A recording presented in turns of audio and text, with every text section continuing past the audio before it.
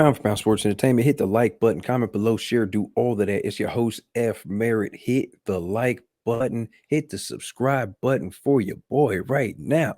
Support who supports you. With that being said, I'm saying one more time. Hit the like button, hit the subscribe button. Um, Showtime. Showtime Championship Boxing put out their schedule for March. Was this March 26th to July 9th? They put it out today, ladies and gentlemen. It's fresh, hot. Let's talk about it. Let's talk about it. Okay, so first of all, March 26th, we got Tim Tszyu taking on Terrell Gausha. Um, Tim Tszyu is the WBO mandatory to Brian Castanos and Jamal Charlo, that winner. So they're going to be fighting for undisputed. So Tim Tszyu is the next guy up that's supposed to be, taking a crack at the titles. Now, my only concern with Tim Tszyu, he's a good fighter over in Australia. I want that same tempo, that same fighter. Bring that same guy with skills from Australia to America. Sometimes some fighters, they look good in their home countries. They come over to America, they look different for whatever reason. Maybe the bright lights and everything is a little bit brighter here or something. I don't know what it is, but we need that same energy, that same skill set, that same monster that's in Australia. Transfer that over to America, ladies and gentlemen. I believe that fight is supposed to be taking place. It says March 26th, and I think that's going to be in Minnesota. So look forward to that. Now, as far as that fight, I think Tim Tszyu, I think a lot of pressure is on him. Honestly, no pressure on Terrell Gausha at all. He's going to go in there and try to handle his business. I think this is Tim Tszyu kind of proving that he belongs with the other, 154 pounders. And kind of shows that, hey, I can transfer over and come to America. I'm not a built up, hyped up name over in Australia. I'm a real contender out here, and we're going to see. We're going to see what he's going to bring to the table. I mean, if Tim Tszyu comes in there and shows out, man, hey, that's going to be the next guy for Jermell Charlo and Brian Castano. We'll see what happens. But that's going to be taking place March 26th in Minnesota, if I'm not mistaken. Now, April 9th, Erickson Lubin, Sebastian Fordorna. What's up? What is it? I can't even. Yeah, Fundora. My bad. I don't know. I messed that up. Erickson Lubin, Sebastian Fundora. Interim title, WBC Super Welterweight interim title. Listen, it's April 9th. I believe that fight's going to be taking place in Las Vegas. I don't know if it's MGM or whatever, but Las Vegas, that's going to be the fight. That's going to be where it's going to be taking place for the fight. Tony Harrison is on the undercard taking on, I can't think of the guy's name, but the last guy that took on Fundora, who looked very good. He wasn't, he didn't back down to Fundora. He didn't, he came in there to fight. He came in there to win. He pushed Fundora. He had him bloody. It was a good fight. But yeah, so Erickson Lubin, I'm picking Erickson Lubin personally. I'm first of all, he's from Florida. I'm picking the Florida boy. I believe he's out of Orlando, if I'm not mistaken, but I'm picking the Florida boy. I think Erickson Lubin's going to go to Fundora's body. I think Fundora's going to try to use his length and stay on the outside. Try to catch Lubin with something, and not to mention Fundora is a big dude. I think he's like 6'6", so he's gonna be punching down a lot. So hopefully, in his mind, at least what I'm thinking Fundora's gonna be thinking like, okay, maybe I can catch Lubin with something. Lubin, a lot of people say he's got a questionable chin. I just think, hey, when he gets caught, he leaves himself open. Sometimes he gets caught, and it is what it is. He doesn't quit. He doesn't run away. He continues fighting. But at the end of the day, it's boxing. So it's going to be a back and forth fight. It's going to be a real interesting fight. We'll see how Erickson Lubin can deal with Fundora's 6'6" height advantage, and as well as he's probably, I don't know how long he is, but he's got a long reach advantage. But that's going to be an interesting fight. Me personally, I'm picking Erickson Lubin, man. April 9th in Las Vegas. Now we move on to April 16th.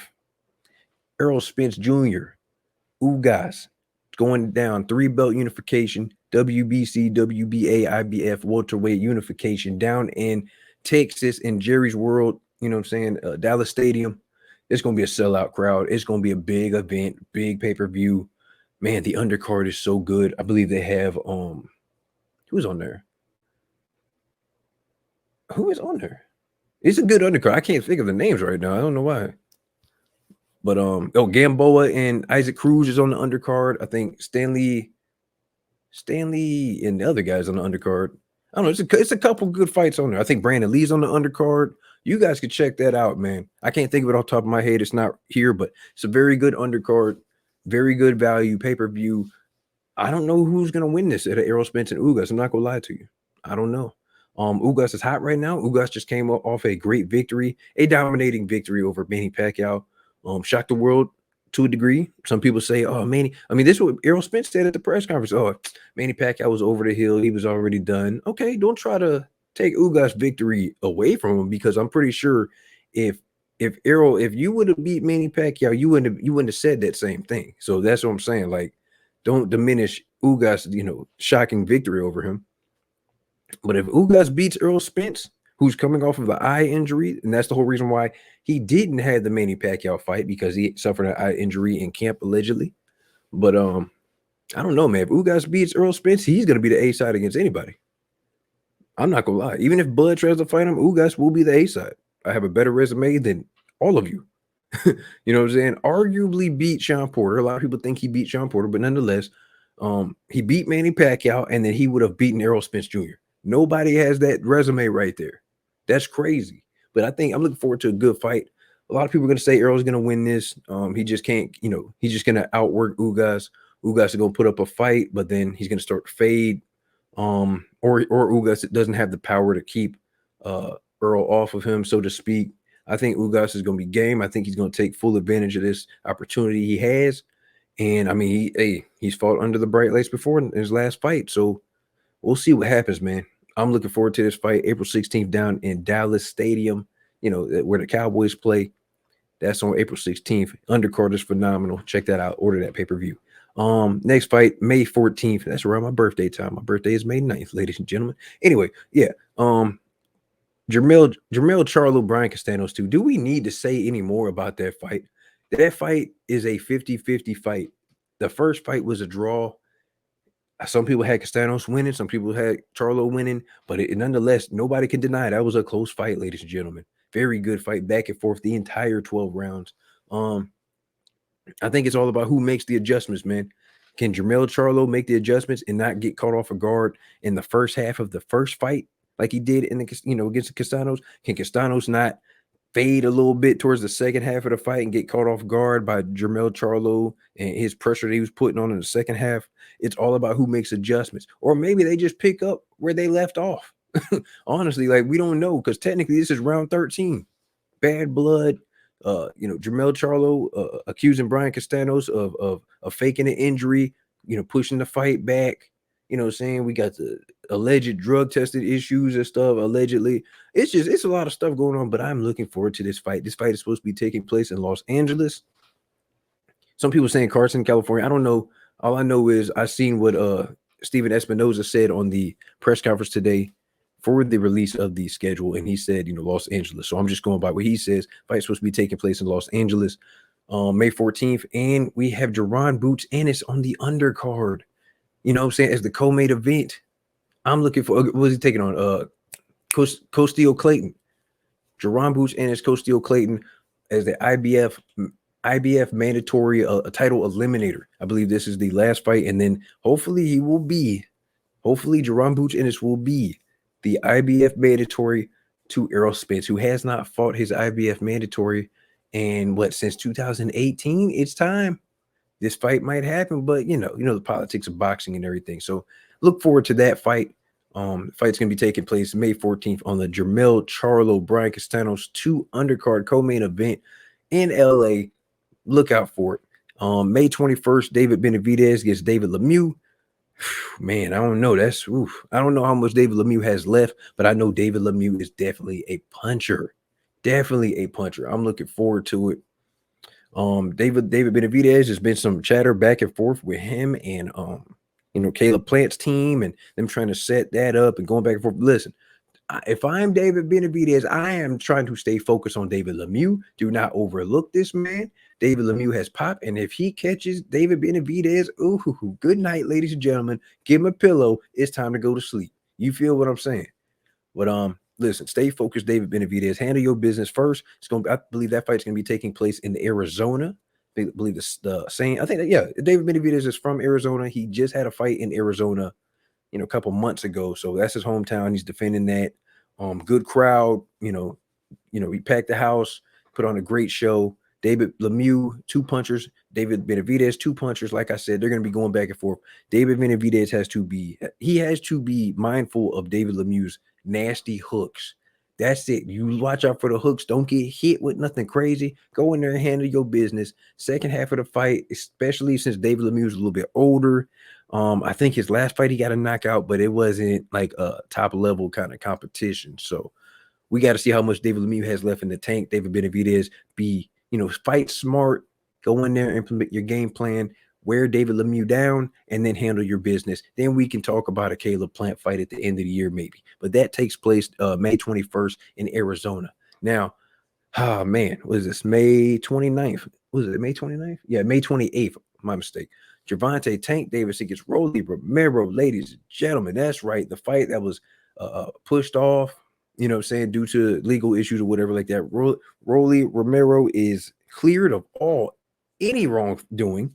Gervonta Davis, he's back coming off of a good victory over Isaac Cruz, a thrilling victory. He hurt his hand nonetheless, but he still handled his business. You know what I'm saying? So listen, bad blood, Tank against Rolly. Understand one thing. A lot of people are going to pick Tank. A lot of people are going to pick Rolly. I don't know. This is back and forth. If you look at the skills department, Tank has everything. Speed, smart, power, obviously, can hurt you to the body, head, knock you out, make you stop. He's a problem. Put pressure on you. He's very smart in that ring. He is a knockout artist in every shape, form, or fashion. He can do it any way he wants to at any time. Rolly just doesn't care about any of that. Rolly doesn't care about Gervonta Tank Davis. Rolly isn't scared of Gervonta Tank Davis' power. He doesn't care about his accolades. He doesn't care about his belt. Rolly's going to get in there and straight disrespect Gervonta Tank Davis. And I think this is the fight that Gervonta Tank Davis needs. These guys aren't going to be fighting. They're going to be in that ring brawling. You want to know why? Because Rolly allegedly does a lot of dirty tactics. He's going to wear you down, frustrate you, and Gervonta Tank Davis can get frustrated at times. He can get frustrated. He's known to lose, rounds here and there. And then guess what? Something clicks. It's like somebody has to wake him up and be like, hey, we need you. And then bam, all right, we can get him up out of there. He gets focused again. But I mean, I don't know. I think Gervonta Tank Davis is going to come in here with supreme focus. I feel like at the press conference that they had out at Staples Center before the fight got postponed or taken away or whatever, I feel like Gervonta Tank Davis felt disrespected at the fact that he even had to fight Rolly. He felt disrespected that his skill set was even being matched up with a guy like Rolly Romero, who in his eyes doesn't deserve the fight. But we'll see what happens. Like I said, anything can happen in boxing. Rolly is hungry and Rolly does not care. He is very disrespectful. I'm not gonna lie, I like those kind of fighters, man. I'm gonna get up there, I'm gonna talk about you, I'm gonna say whatever. I'm gonna say everything that everybody else isn't going to say to you because they're scared of you. They're scared of the power. Rolly's not scared of the power. But that fight takes place in May 28th, I believe, at the Barclays Center. That's right. PBC is making their return back to the Barclays Center. Look forward to it, ladies and gentlemen. As you're watching this video, also hit that like button and subscribe for all things sports entertainment related. I greatly appreciate y'all. You see the Instagram, Twitter, hit the cash app for your boy, But listen, Tank and Rolly takes place May 28th, Barclays Center. Next fight, June 4th, Stephen Fulton against Danny Roman. A lot of people looking forward to that fight. Should be a good fight. Stephen Fulton coming off of his win over Brandon Figueroa in a unification. He's putting his WBO and WBC bantamweight belts on the line. A lot of people wanted Stephen Fulton to go try to, fight undisputed against what's his name, MJ over there on the zone. But nonetheless, MJ, he's got some mandatories he's got to take care of. So hopefully that fight can happen maybe at the end of the year, maybe the beginning of next year. But right now, Stephen Fulton has to handle his business against Danny Roman. Danny Roman, a good fighter. Hopefully he can come in there and potentially shock the world and beat Stephen Fulton. We'll see how that goes June 4th. I don't know where that fight's supposed to take place. I'm not really sure yet.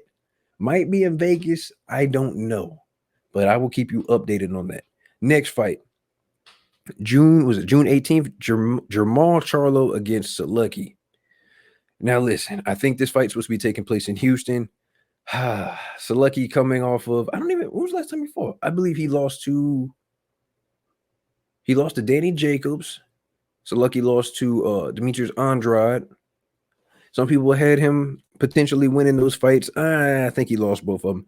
He's also, I don't know the last time he's fought. Now I think about it, it's been a while. Unless he's fought in like a lower level guy that wasn't on television or something, or maybe he was on an undercard or something I missed. But I don't remember Selecki winning. But anyway, Selecki's gonna always come to fight, and he's gonna give Jamal Charlo, you know, he's gonna give him a little run for his money. But Jamal Charlo should go in there and handle his business. Now listen, I know the elephant in the room is Jamal Charlo against Selecki. Yeah, I know. We all wanted the Jaime Munguia against Jamal Charlo fight. That fight was 90% done.